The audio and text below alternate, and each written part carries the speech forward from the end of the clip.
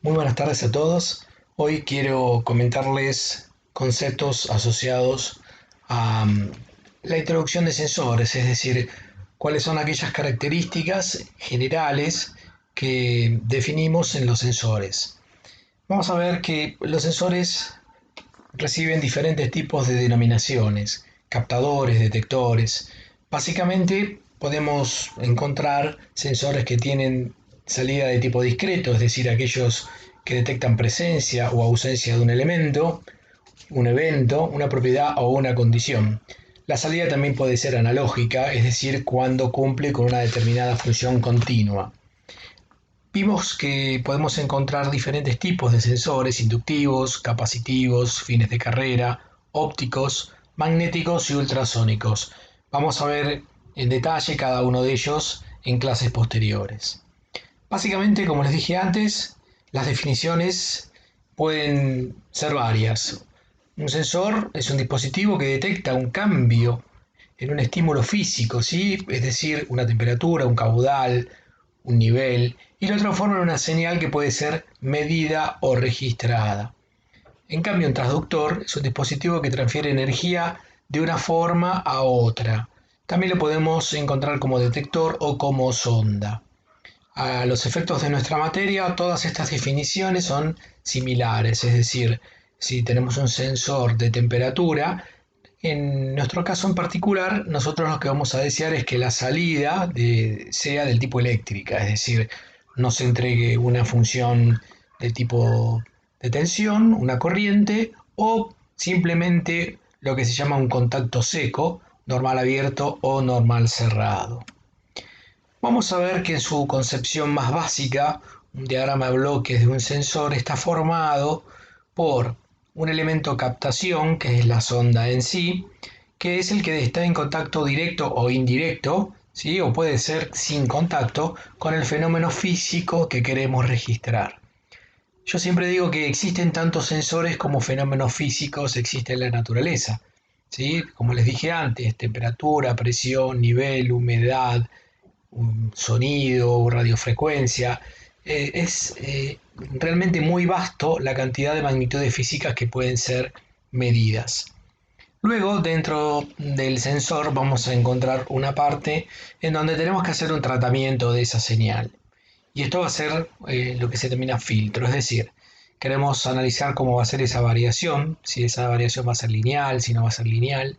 Y por último, tenemos que acondicionar la salida de ese filtro al elemento que nosotros vamos a utilizar como medidor, como instrumento. Es decir, supongamos que lo que estamos midiendo es una temperatura, queremos transformar un conjunto de valores que queremos medir, por ejemplo, de 0 a 100 grados centígrados, en una magnitud eléctrica, por ejemplo, de 2 a 20 o de 12 a 10 o de 4 a 20 miliamperes. Por eso, la última etapa de nuestro diagrama en bloques del sensor se denomina amplificador. Vemos que nuestro sensor puede contar con la necesidad o no de una alimentación externa. Eso lo vamos a ver en breve. Los sensores pueden ser del tipo pasivos o pueden ser del tipo activos. Estamos hablando de un sensor o un transductor pasivo cuando no requiere de una fuente de alimentación externa, es decir, que la energía de activación de ese sensor es suministrada completamente o casi completamente por la señal que nosotros queremos medir. Un ejemplo de esto sería, por ejemplo, las tarjetas RFDI, ¿sí? Que son las siglas de radiofrecuencia, ID, ¿sí? Identificación por radiofrecuencia, que por ejemplo se utilizan en los controles de accesos de edificio, los clásicos llaveritos que vienen con una, digamos, un circuito que no requiere de ninguna pila. Entonces, cuando uno lo acerca, ¿sí? A un elemento que genera un campo magnético, lo que hace es entregar un ID, una identificación, un código, que de acuerdo a ese código nos permite habilitar el acceso o no. Por lo tanto, este tipo de sensores son los que no requieren de alimentación externa.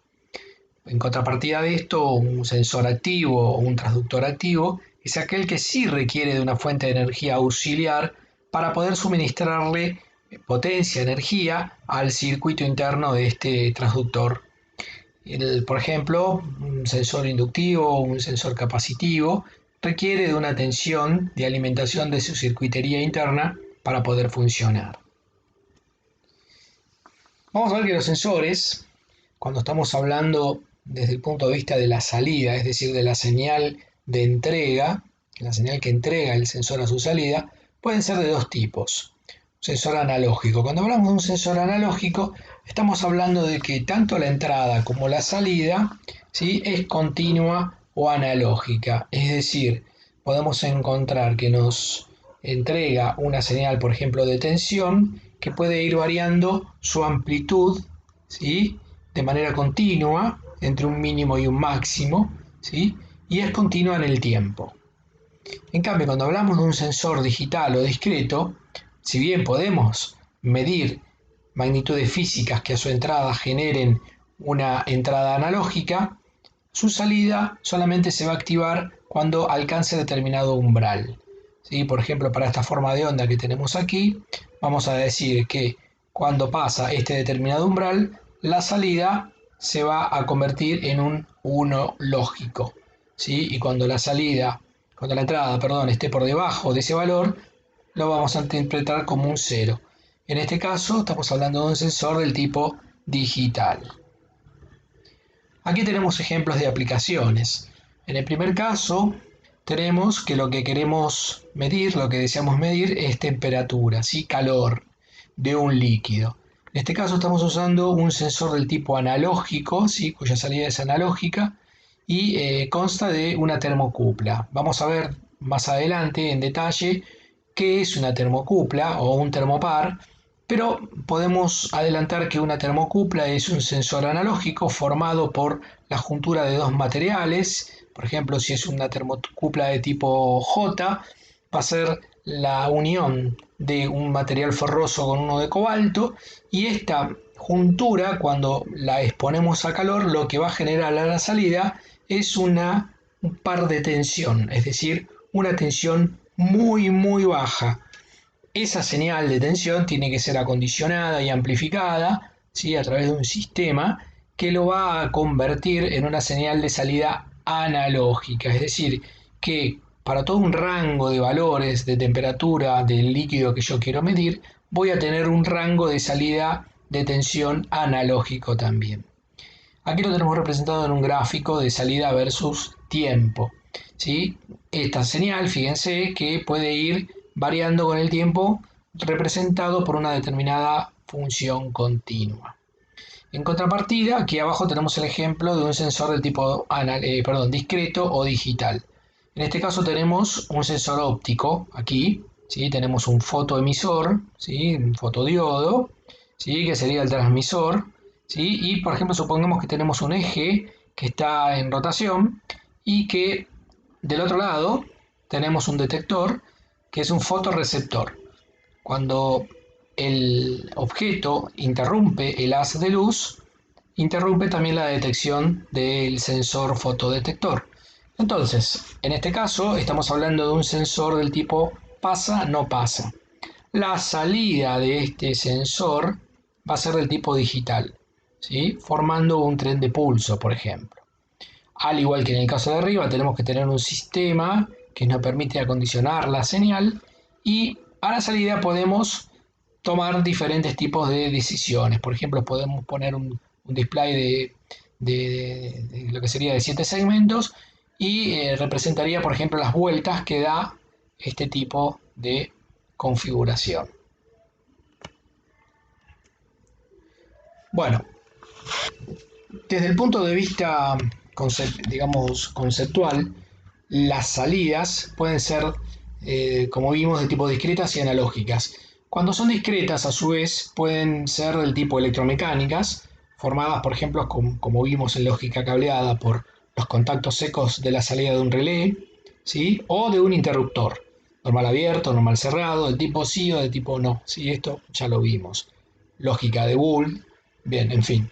O en el caso, acuérdense que cuando se requerían tipos de salida para alta frecuencia, las salidas electromecánicas digamos, se utilizaban para maniobras lentas. Cuando queremos utilizar maniobras rápidas, tenemos que usar, ¿se acuerdan? Lo que se llaman llaves electrónicas. En el caso de corriente continua, habíamos dicho que una salida de tipo transistor respondía perfectamente. Y si queríamos usar salidas electrónicas de alta frecuencia, pero que permitan conducir el sentido de la corriente en ambas direcciones, teníamos que usar un triac, es decir, transistor para corriente continua y triac para corriente alterna. En contrapartida de las señales discretas, las analógicas también pueden ser de estado sólido o electrónico, ¿sí? Y las salidas pueden estar representadas por una tensión, en este caso sería de 0 a 10 volts, o de 1 a 5 volts continuos, una termocupla del tipo J, como mencionamos en el ejemplo anterior, que es una juntura del tipo hierro-cobalto, y otro tipo de salidas que le vamos a ver más adelante. Las salidas analógicas también pueden estar representadas por un lazo de corriente, por ejemplo, normalizado de 4 a 20 miliamperes. Y también puede ser del tipo red o tipo bus, lo que se llama, por ejemplo, el protocolo de RC485 es un ejemplo. El protocolo de RC485 es un protocolo de capa física del modelo OSI que permite transmitir a largas distancias, del orden del kilómetro, kilómetro y medio, señales por un medio de transmisión constituido por un par trenzado. Vamos a hablar de diferentes definiciones. ¿Qué es una transferencia? Una transferencia va a estar dada por una función que vincula la variable de salida versus la variable de entrada, ¿sí? En este caso, bueno, está representada la entrada en el eje de ordenadas y la salida en el eje de abscisas, pero puede ser al revés. Bien, la transferencia lo que define es cómo se relaciona dentro de un rango de valores la salida con respecto a la entrada. Lo que vamos a desear en el caso de nuestros sensores es que la transferencia sea lo más lineal posible. Ninguna medición hecha con sistemas reales es perfecta. Es imposible encontrar una función de transferencia que sea perfectamente lineal. Con lo cual lo que vamos a tener que hacer a partir de ciertos valores obtenidos en las mediciones reales, vamos a tener que aplicarle seguramente algún método estadístico para poder aproximarlo.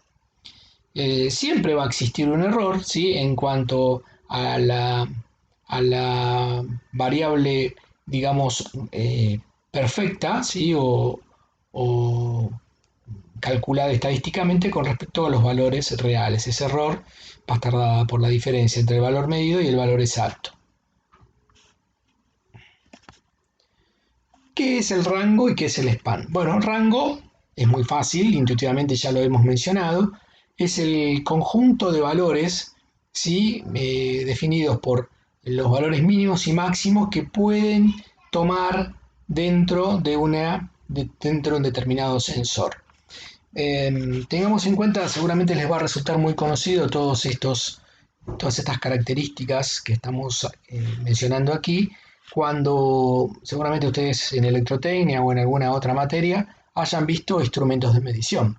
Todo lo que vemos aquí es perfectamente aplicable a instrumentos de medición. Un instrumento de medición también tiene un rango, ¿sí? Por ejemplo, un termómetro tiene un rango de 0 a 100 grados centígrados. Entonces, el rango básicamente va a estar determinado por los valores máximos y mínimos de las variables de entrada y salida de un sensor. Dentro de estos valores vamos a encontrar, ¿sí? Todos los valores de la magnitud que se desea medir, tanto sea la recibida como la transmitida. Perfecto.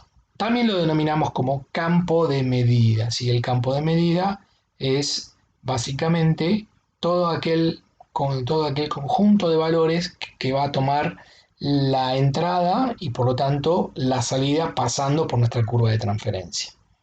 La diferencia con el span o alcance es que una vez calculado, una vez determinado cuál es el valor mínimo y el valor máximo, el alcance va a ser la diferencia algebraica, ¿sí? entre el límite superior y el límite inferior. Bien, en nuestro caso, supongamos que tengamos un sensor de temperatura cuyo rango va de 100 a 500 grados centígrados, el span va a estar dado por su diferencia, es decir, 400 grados centígrados. Cuando hablamos de exactitud, lo que estamos diciendo es cuánto se va a desviar nuestra lectura con respecto a un patrón, con respecto a una entrada conocida. ¿Sí? Básicamente lo que vamos a hablar del error, ¿sí? El error real va a ser la diferencia entre el valor medido y ese valor real. La exactitud se puede expresar de diferentes formas, como un porcentaje del alcance, ¿sí? Por ejemplo, para una lectura de 200 grados centígrados, siempre refiriéndonos al ejemplo anterior, si es un porcentaje del más o menos 0,5% del span, acuérdense que el span en el ejercicio anterior, en el ejemplo anterior, era de 400 grados. Bien, entonces estamos hablando de 0,5 por 400 dividido 100. Estamos hablando, sí, de siempre valores porcentuales.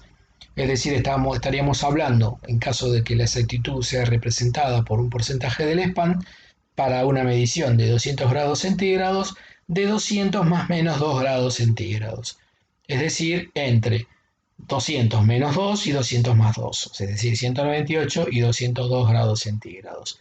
En este primer caso, claramente, nuestra exactitud no va a ser dependiente del valor de medición. Visto de otra forma, la exactitud puede ser medida directamente en unidades de la variable medida, es decir, por ejemplo, si lo que estamos midiendo es temperatura, más o menos un grado por un grado centígrado de exactitud.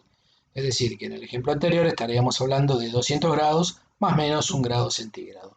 Al igual que el primer caso, también es independiente de la lectura real. Podemos hacerlo también relativo a la lectura real, en este caso sería dependiente, es decir, por ejemplo, podría llegar a tener más error en la medida que la lectura se acerca al límite inferior del rango, ¿sí? Entonces, si decimos que es, por ejemplo, más o menos el 1% de la lectura, en el caso anterior, por ejemplo, si estamos hablando de una lectura de 150 grados centígrados, el 1% va a ser 1,5 grados centígrados. Fíjense que en el caso anterior, por ejemplo, para el ejercicio del sensor de temperatura, si estamos midiendo 300 grados, el error va a ser mayor a que si estamos midiendo 100 grados. ¿Sí? Es decir, que la exactitud varía en cada punto del instrumento o del sensor. Bien, el otro tipo de forma de poder determinar la exactitud es como un porcentaje de la lectura a plena escala. En este caso, por ejemplo, a plena escala, el valor era 500, ¿sí? 500 grados centígrados. Y si hablamos de una exactitud del más o menos 0,5%, bueno, va a ser más o menos 2,5 grados centígrados para cualquier lectura dentro del rango. En este caso también, al igual que los dos primeros, es independiente de la lectura y es siempre la misma. Bien, vamos a repasar lo que era el error absoluto. El error absoluto es la diferencia entre el valor medido y el valor exacto o el valor real. Y el error relativo va a ser esto que tenemos acá arriba, es decir, esta diferencia dividido el valor real. Es decir, la diferencia entre el valor medido y el valor real dividido el valor real. Estos son conceptos que, como les dije, son aplicables tanto a sensores como a instrumentos de medición. La diferencia, ya que estoy mencionando esto, entre un sensor y un instrumento de medición es que el instrumento de medición me va a dar una señal óptica para que yo la pueda registrar con el ojo humano. En cambio, un sensor también me podría entregar una señal óptica, por ejemplo, en un display del valor que se está midiendo, pero además me tiene que entregar una señal eléctrica para que nosotros podamos aplicar su concepto al control y a la automatización. Es decir, nosotros queremos determinar cuál es el valor de ese elemento que yo estoy midiendo, que estoy detectando, que estoy sensando, para poder, a través de nuestro lazo, ¿se acuerdan? El lazo cerrado, ¿sí? Introducirlo a nuestro controlador. El sensor, dicho sea de paso, forma parte del lazo de realimentación dentro de nuestro lazo cerrado que nos va a permitir dentro de la primera capa de la pirámide de automatización poder cerrar el lazo y tomar decisiones a partir de ese error que se va a generar con respecto a mi valor deseado o set point y a la variable medida. Bueno, vamos a ver, esto es un clásico, la diferencia entre exactitud y precisión, sí, y estabilidad también. Vamos a hablar que, como dijimos recién, un elemento, un sensor, es tanto más exacto cuando más se acerca al valor real. Supongamos que el valor real está representado, ¿sí?, por círculos concéntricos, como si fuera el tiro al blanco, ¿sí? Yo lo que deseo que es ser exacto y preciso. Si yo tengo que, digamos, en lugar de dar en el blanco, doy a una cierta distancia de manera continua, ¿sí? Lo que tengo es siempre un error que en promedio va a ser el mismo, con respecto a mi valor exacto. Es decir, en este caso yo estoy haciendo disparos precisos, pero no exactos, porque están apartados de mi valor real. Entonces esto es preciso. Si estoy de manera apartada de mi valor real, pero además estos disparos son dispersos, en este caso no voy a ser ni preciso ni exacto, ¿sí? Fíjense que existe una gran dispersión en mis disparos. Por otra parte, si yo estoy haciendo disparos bastante dispersos alrededor de mi valor exacto, lo que estoy diciendo es exacto pero no preciso. Y por último acá tenemos el caso ideal en donde todos los disparos los realizo en el centro, con lo cual acá estoy siendo preciso y exacto. Bien, digamos en los ejemplos de aquí abajo tengo otro tipo de representación dada por una función continua.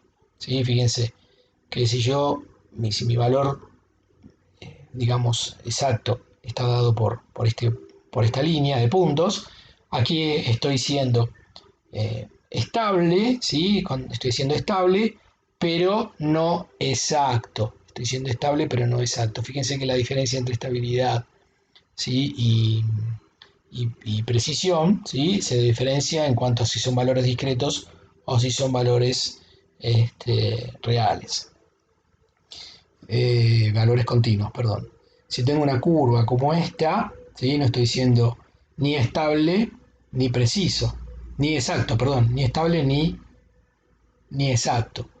Aquí estoy variando alrededor de mi valor, digamos, deseado, mi valor exacto, y por lo tanto estoy siendo preciso, pero no estoy siendo estable. Y aquí en este último caso estoy siendo estable y preciso.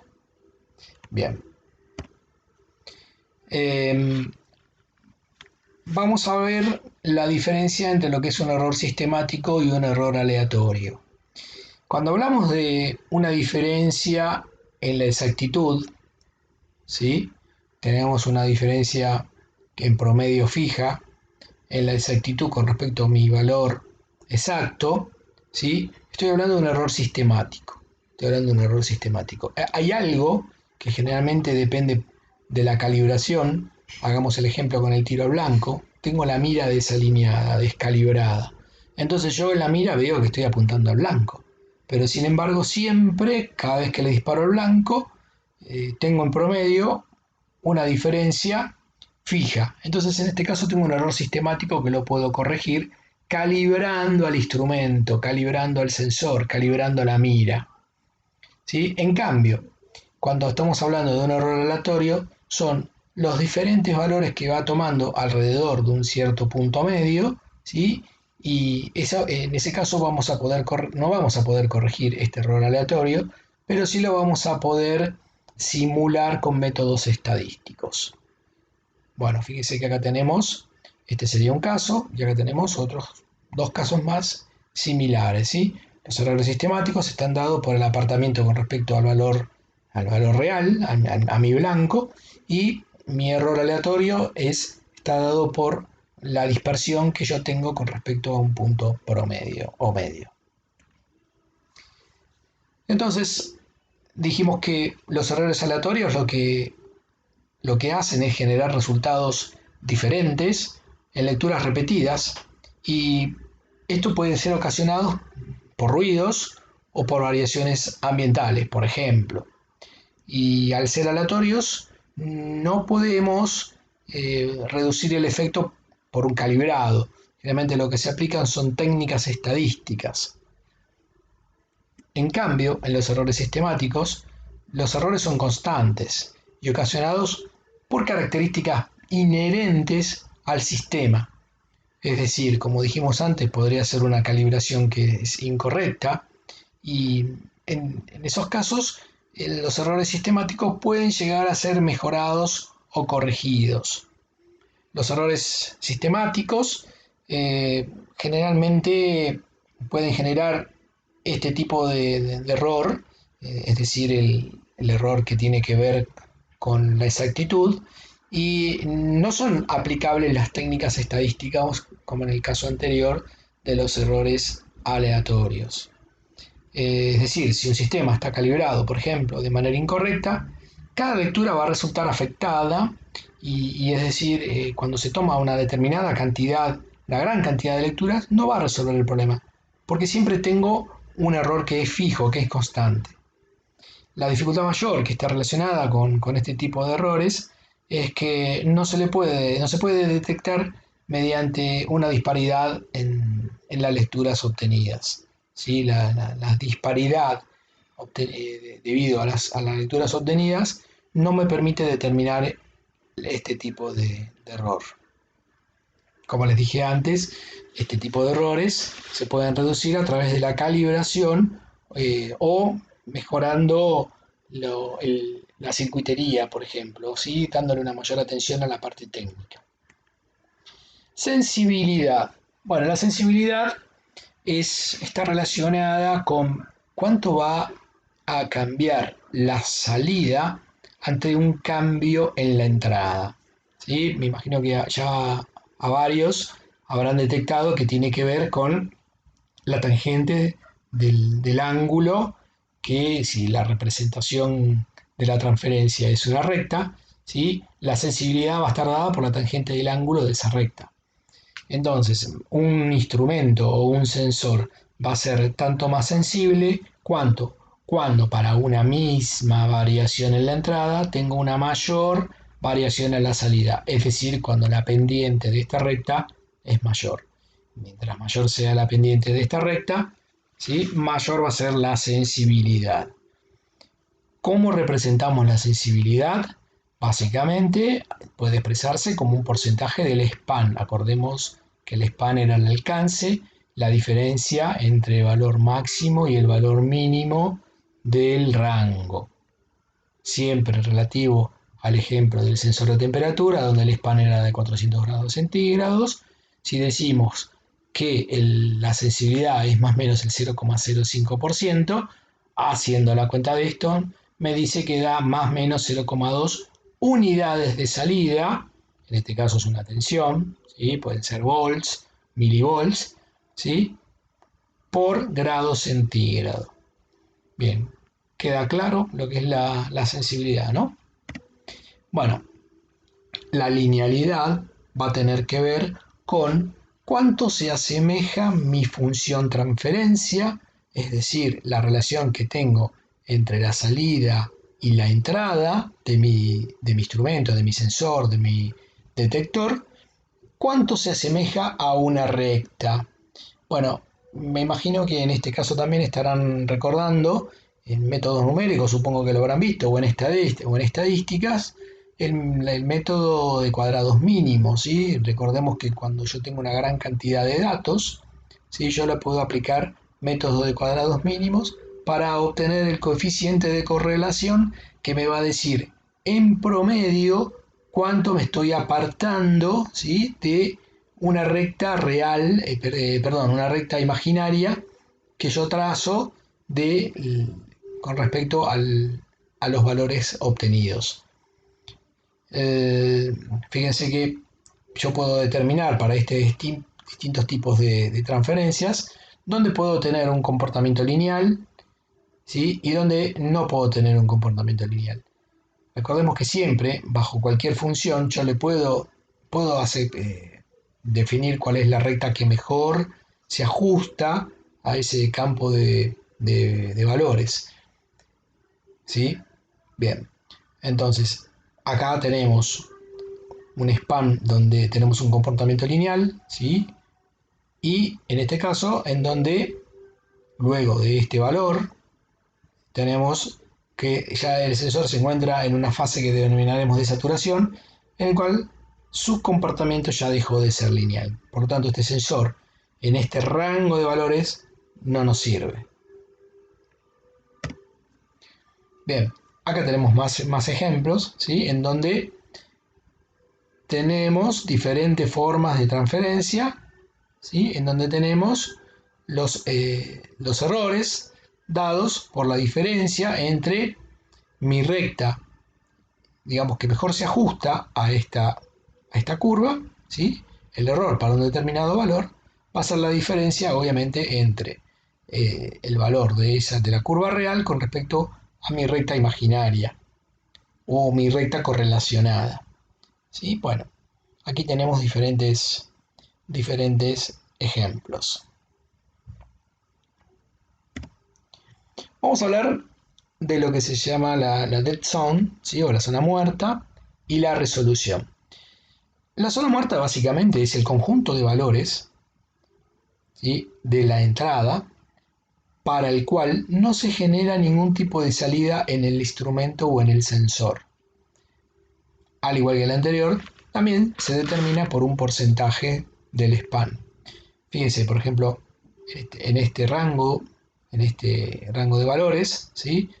Yo, digamos, al aumentar la temperatura, en este caso el ángulo de giro, al aumentar el ángulo de giro, no me genera ningún tipo de variación en la resistencia, ¿sí? En este caso, mi transferencia, mi sensor, digamos, mis transductores, a la entrada tiene variación en un ángulo de giro y la salida me entrega una resistencia, un valor de una resistencia. Todos aquellos valores para los cuales hubo un incremento en el ángulo de giro del cual no se registró una variación en la resistencia se llama zona muerta, ¿sí? Y acá tenemos otro ejemplo también, ¿sí? En este caso es solamente una variación positiva del ángulo de giro, pero podría ser que mi estímulo o mi variable de entrada pueda tener tanto valores positivos como negativos. Lo mismo concepto. Todos aquellos valores para los cuales no tengo un registro en la variable de salida, lo voy a determinar como la zona muerta o la banda de zona muerta. Por su parte, la resolución, ¿qué sería? Es el mínimo valor medido, ¿sí? En la entrada, ¿sí? Es decir, por ejemplo, recuerden, por ejemplo, el caso de una regla. El caso de una regla podríamos decir que la resolución es de 1 milímetro. ¿Por qué? Porque lo mínimo que puedo detectar, lo mínimo que puedo medir es 1 milímetro. Menos de 1 milímetro tengo un campo, un nivel de incertidumbre que yo puedo, no puedo decir con exactitud cuánto sería. Yo podría decir, bueno, la mitad de 1 milímetro es 0,5, sí, pero tengo un grado de incertidumbre muy elevado. La resolución es el mínimo valor medible de un cambio en la variable de entrada, ¿sí? Y en este caso solamente lo podríamos cambiar si reestructuramos todo el diseño del sensor o del instrumento. Generalmente también es expresado como un porcentaje del span, por ejemplo 0,3 grados centígrados. Esta es la mínima, digamos, temperatura que yo voy a poder medir para este sensor. La histéresis, ¿se acuerdan que era aplicada, por ejemplo, en electromagnetismo, en un transformador? Pero en el caso de un sensor o en el caso de un instrumento, también podríamos determinar que existe una histéresis. ¿Cómo queda determinada la histéresis? Bueno, supongamos que siempre pensemos que esta es la curva de un sensor, ¿no? La curva de transferencia de un sensor. Supongamos que tenemos que medir una magnitud física y al sensor lo sometemos a una medición que vaya desde el mínimo hasta el máximo. Si ese sensor, por ejemplo, es analógico y lo que me entrega es una tensión, vamos trazando cuáles son los diferentes puntos, cuándo vamos del mínimo al máximo, Y después hacemos lo propio cuando vamos del máximo al mínimo. ¿Sí? La histéresis va a estar dada por la máxima diferencia entre la curva de ida y la curva de vuelta. En este caso sería este rango de valores. Esa sería la histéresis, ¿sí? Es decir, yo me paro de manera digamos, paralela al eje de salida, al eje de ordenadas, y voy midiendo cuál es el máximo, la máxima diferencia entre la curva de vuelta y la curva de ida. ¿Sí? Esa máxima diferencia dividido el rango de medida, es decir, dividir el rango de medida, por 100 me da el valor de la histéresis. Es un valor proporcional. ¿Sí? Bueno, el offset. El offset, o error de cero, sería como la zona muerta, pero en lugar de medirse sobre el eje de abscisas, se mide sobre el eje de ordenadas. Es decir, cuando no tengo ninguna entrada, ¿sí? Sería como, se conoce también como error de cero. Al no tener la presencia de una variable de entrada, sí tengo un registro en la variable de salida. Eso se denomina el offset, ¿sí? Como error del cero o desviación del cero. ¿Sí? Es el valor medido a la salida cuando no tengo presente un valor en la entrada. Fíjense, si la representación de la transferencia es una recta, ¿sí? Y tenemos dos valores medidos de la salida y de la entrada, calculamos la ganancia, ¿sí? La tangente del ángulo, ¿sí? Lo que sería la pendiente de esta recta, como la diferencia de los valores de salida como la diferencia de valores de entrada. ¿Se acuerdan de análisis 1? Bien, el offset, ¿qué sería? Agarro uno de estos puntos, por ejemplo el W2, B2, este punto, y digo, bueno, en lugar de ser este punto, lo llevo a lo que se llama la ordenada al origen, ¿sí? La ordenada al origen, es decir, cuando X es 0, en este caso el voltaje, ¿cuánto vale I?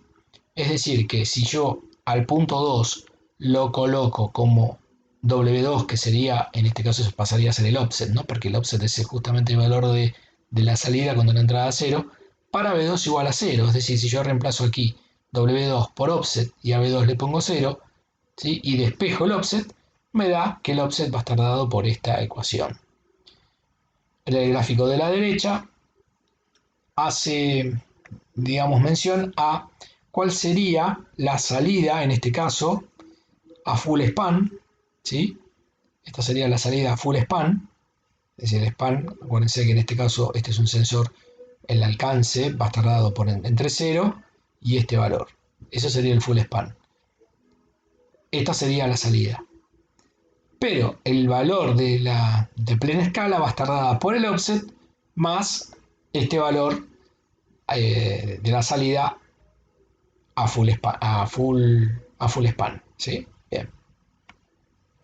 La desviación de cero generalmente es un error de qué tipo. Sería sistemático, ¿no? Es un error que yo lo podría llegar a corregir. El error del cero, por ejemplo, un manómetro a veces trae un registro que permite corregirlo y llevarlo al cero. Generalmente es un error de tipo sistemático. Es más fácil que corregir, por ejemplo, que la no linealidad. La deriva. Y ya estamos llegando casi al final de esta presentación, que yo la voy a subir en diferido para que la puedan ver. La deriva tiene que ver con el envejecimiento, ¿sí? El envejecimiento del sensor, el envejecimiento del instrumento. Y tiene que ver con las variaciones que tiene la señal de salida con respecto a varias con el paso del tiempo, cuando ese instrumento, cuando ese sensor se utilizó una cierta cantidad de veces, o porque se modificaron las condiciones ambientales, ¿sí? Y las variaciones de la fuente de alimentación, el envejecimiento de sus componentes, etcétera. Todo eso sumado hace que la representación de la transferencia o de la curva de la salida con respecto a la entrada cambie, no sea la misma cuando es recorrida desde un mínimo a un máximo. ¿Sí? Tengan en cuenta que la diferencia con respecto a la histéresis, ¿no? Por ejemplo, esto podría llegar a ser la curva obtenida al cabo de un determinado tiempo, un año, es decir, yo realizo luego de un año varias mediciones, siempre obtengo la misma recta. Pero supónganse que cuando pasa un tiempo, acá podemos ver también en la curva a la derecha, por ejemplo, cuando pasan 4 años, si realizo reiteradas mediciones, va a estar representada por la curva de arriba y no por la curva de entrada. Es decir, la deriva está asociada con el envejecimiento de los diferentes componentes y del desgaste, también podría decirse, que van sufriendo los diferentes componentes de nuestro sensor o de nuestro instrumento. También se suele medir como un porcentaje del alcance o del span. Bien, esto es todo y bueno, cualquier duda que tengan, por favor, como todas las otras presentaciones, no dejen de explayarlas en el YouTube, donde yo voy a subir también esta presentación. Bueno, muchísimas gracias.